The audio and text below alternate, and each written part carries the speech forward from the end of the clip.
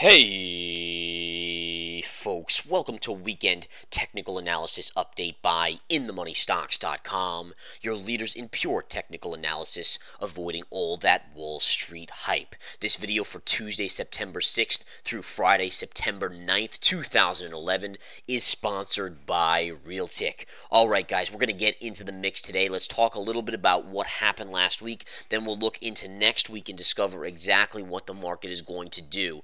First off, last week was an up and down week. We started the Monday of last week with a nice big up day. It was the biggest day last week to the upside. The rest of the week was either neutralish or slightly down until Friday, where we collapsed on that non-farm payrolls number. And again, you can see here's Monday's action, which was sharp up. Tuesday was kind of choppy with a nice little push towards the close, but not up that much. Wednesday, we started with a big gap up and a push, topped out for the week, and then reversed. Thursday, again, we came back down, and then Friday, we collapsed to the downside as the non-farm payrolls number came in at 0. Again, I repeat, 0 on the non-farm payrolls. No jobs really lost, no jobs really gained. Now, that shocked the market, obviously. The market was hoping after the ADP private sector last Wednesday, which came in at 95,000 or so, that non-farm payrolls would be better. It was not, and again, we continue to see the market kind of worried about the European situation, but also here in the United States, people are very, very worried that the economy is slipping back into recession. Now, this coming week is going to be really interesting, and again, what I'm going to do is I'm going to go to the daily chart now on the SPY, and this is the SPY chart, folks, which mirrors the S&P 500. So this is a daily chart. Each candle is 1 day.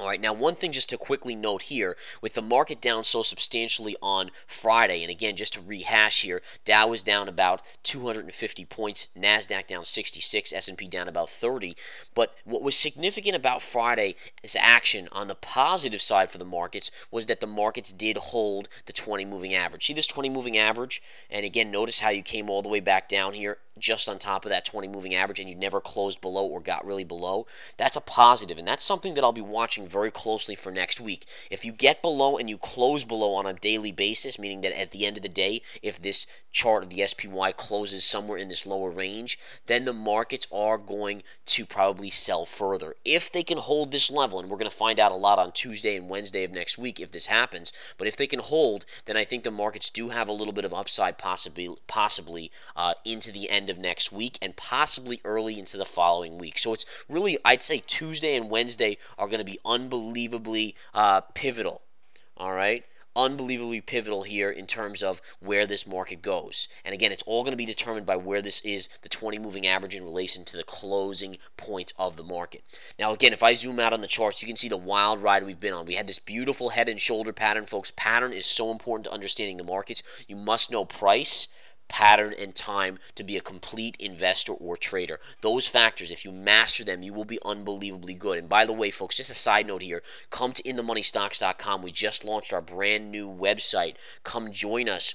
And again, there's a free trial, a 7-day free trial for both the Research Center and the Intraday Stock Chat. Get swing trade alerts, get intraday trades in the chat room, get key things like videos, nightly videos every night discussing the markets, in-depth hardcore analysis. You want to get it all, live alerts, you can come take the free trial, try us out, all right? New website, an amazing website. We've introduced a new social side where you can talk to other traders live on there and post pictures of charts and videos and you name it. And again, I encourage you to come join that and check us out. And again, it's a 7-day free trial. All right, so here's your head and shoulder pattern. Beautiful head and shoulder pattern. Markets, again, collapsed down to target, actually going through target, bouncing back up, pulling back, bouncing back up. Now we're pulling back again. The one thing you must be alerted to, and this is very, very important, folks, is that there's been a low pivot here from the 9th of August. And this was down to about 110.27 on the SPY. Remember, the SPY relates to the S&P 500 here. But that pivot low then saw a big bounce and a pullback.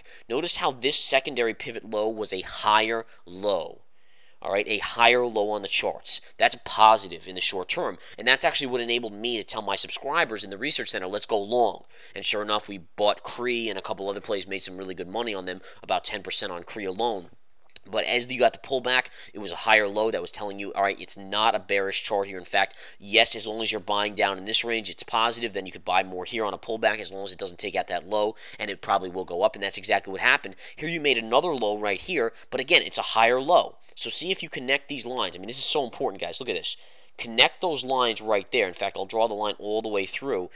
pivot low, higher low, higher low, and then again, this would be your next stationary. If you don't hold the 20 moving average, your next pivot low would be right there at that white line. And then you get a bounce off of that point, all right? So again, this is pivot 1 right here. 20 moving averages is right around the 117.50 to 117.60 area on the SPY. And remember, we're looking at the daily, so all it matters is where it closes the day. Doesn't matter intraday. If it's down $1, $2 intraday, if it rallies back by the end, then it's wherever it closes the day. After that, if you get through this 20 and you break this 20 and you head lower, this is your next spot of support, wherever this trend line is at that point when it hits it. Now, if the market holds this 20, look for more upside. If the market doesn't hold, then you're going here and you're going to get a small bounce and then go lower, in my opinion. All right, so it's really, this is the big line right here. This is kind of, imagine this is the cliff. You're either on the top of the cliff or you're over the cliff and you're falling. It's one or the other. There's no middle ground. And right now, it looks like the markets are holding on to the edge of the cliff here just barely. Okay? Now, again, if you bounce up, where are you going to head? Well, we can erase this line here. That's not such an important line anymore. If you bounce up, you're going to have a little bit of resistance right here, which is gap fill at 121, and then ultimately this pivot high is the next spot of interest at around 123.50. If you get through 123.50, the 50 moving average is right here at around 125 and a quarter. All right, so now you know your downside supports and your upside resistance levels on the SPY, which again is the S&P 500, just the tracking ETF here that we're looking at. Okay, now let's take a look at a couple other things as the markets again got pounded on Friday because of the jobs data. Going into next week, the theory and the hypothesis goes like this, and I just talked about it. You have the pivot line right here. Watch what happens Monday and Tuesday. Tuesday and Wednesday. Monday, the markets are closed, folks. Monday, the markets are closed for the Labor Day weekend. I do hope everyone's having a great weekend, a great long weekend here. But Tuesday, Wednesday, that's the key right there. All right, and you'll know basically, my guess is you'll know by Tuesday what's going to happen here, but Wednesday is a possibility as well. If you hold this level, then you rally up into the following early portion of the week where you top out, or if you break through here, then watch out below first stop, second stop, and possibly third stop down here. Okay, so now you know what's going to happen there and how and what to look for going into next week. And again, I'll be giving out swing trade alerts live in the Research Center. I'll be doing videos live in the Research Center in the No Hype Live broadcast. We'll be doing the nightly technical analysis videos. In fact, Monday night, I'm doing a No Hype Live broadcast. First one on the new website. I'm excited about it. We're going to rock this. And again, the money is there to be made, folks. We made it last week. We'll make it the week after this and next week and so forth. It's all there for the taking. It's just a matter of understanding price pattern time, the proprietary techniques that we give you here at InTheMoneyStocks.com. All right, let's take a quick look at the dollar here. You can see a lot of drawing on the dollar. I was analyzing it on Friday and Thursday hardcore, but the one thing you have to realize here is that the dollar is at a pivotal point as well, which makes sense. If the markets are at a pivotal point and the dollar really causes the markets to go up or down, chances are the dollar is going to be at a pivotal point if the markets are at a pivotal point. And one thing to note here is, see how this the 50 moving average here in orange, this is the 50 moving average. See how the price of the UUP, which is the dollar ETF, closed right on it? This is what you're watching. Does it break above? If it does and closes above, remember, closing basis because we're looking at the daily chart. If it closes above, then you're going to head here and ultimately up here. If it's able to stay below here, then I think the dollar comes all the way back down here. Okay? So again, the markets are on a pivotal point where it's the 20 moving average on the downside. You got to see if it holds, and so is the dollar here, the UUP, which is on the 50 moving average. Now again, if the markets, I repeat, if the markets are able to pull back here, if the dollar is able to hold below here, then what does that mean? It means the markets are going to go up and hold that 20 moving average because the dollar is what the powerhouse, that's the powerhouse of the markets, meaning that if the dollar goes up, markets are going to go down. If the dollar goes down, markets are going to go up. And it's surely seen because look at last couple days here, Thursday and Friday, what did the dollar do? It went up, right? And if you go back to the spiders on the daily chart, what did the markets do? It clearly went down. So it's still holding true. You know, sometimes you get a little bit of a deviation off of that, but for the most part, an up dollar is bad for the stock market, and a down dollar is good for the stock market. All right, so again, notice how it's all pivotal and tied in here. Spiders are at the key level, and the dollar's at the key level. They're just the inverse levels. The dollar's looking to try to break to the upside. The spiders are trying to hold to the downside. Okay, now let's take a look at gold here, guys. Gold had a big day on Friday, which again is not surprising. Gold was up about $55, $56 on spot gold. GLD was up over $5. You're approaching double top here. I'd be curious as a possibility for a short at double top. Something I will be watching. I nailed the short the last time. I shorted at 181 and the high 181. I think 181.65 or 85, somewhere up here. This is my last short, and I covered right here into the 20 moving average. That was a great shorting opportunity. So far, I said to people, guys, don't short yet, don't short yet, don't short yet, especially because you had a beautiful in spirit of bull flag here. This is something that I went over in the nightly video last week, but I think it's important. People are the general public, and it's nothing against the general public, it's just they don't have the education in the markets to understand that. And that's why in the money stocks, that's why I'm here, to help you understand this stuff. All right, the average trader out there was seeing this pattern and saying that's a bear flag, it's going to go down. All right, what I told my subscribers last week was, guys, be careful here. It's a macro bear flag, but a micro bull, and a swing trader must always pay attention to the micro bull.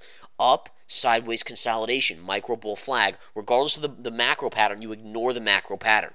Okay, you always ignore the macro pattern when you're dealing with, what's the gold or what's the market or what's the dollar going to do in the next 2 to 3 days, because obviously that's micro. You're looking at small term. If you want to know what the gold's going to do maybe in the next 3 weeks or 4 weeks, that's a different story. But no investor or swing trader should ever pay attention to the macro scale, because when you're looking for an entry price, you obviously want to look at the micro and get the best entry.